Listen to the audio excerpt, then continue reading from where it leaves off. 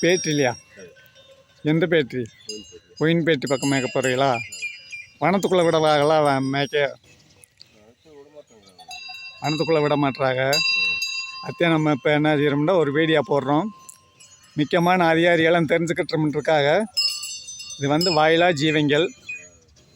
எப்படியோ மழை அடிவாரத்துக்கு போனால் விவசாய பூமிகளில் நஷ்டமாயிரும், விவசாயத்தை திண்டு விடும் அப்படின்ட்டு அவங்க விட மாட்டுறாங்க. வனத்துறையில் வனத்துக்குள்ளே போய் மேய்க்க போனால் வனத்துறையர் விட மாட்டுறாரு. எல்லாம் வாயிலா ஜீவங்கள். இப்படி புல்லு சாப்பிட்டு குலைகளை சாப்பிட்டு இப்படி உயிர் வாழுதுகள். ஊரெங்கும் உலகமெங்கும் பால் கரைச்சி கொடுக்குது. அப்போ அந்த பால் எல்லாம் நம்ம சாப்பிட்றோம். பிள்ளை பச்சை பிள்ளைகளுக்கே பால் ஒரு 10-20 பேர்த்துக்கு அன்னாடு டெய்லியும் இலவசமாக பால் கொடுக்குறாங்க இந்த தொல்மாட்டுக்காரங்க.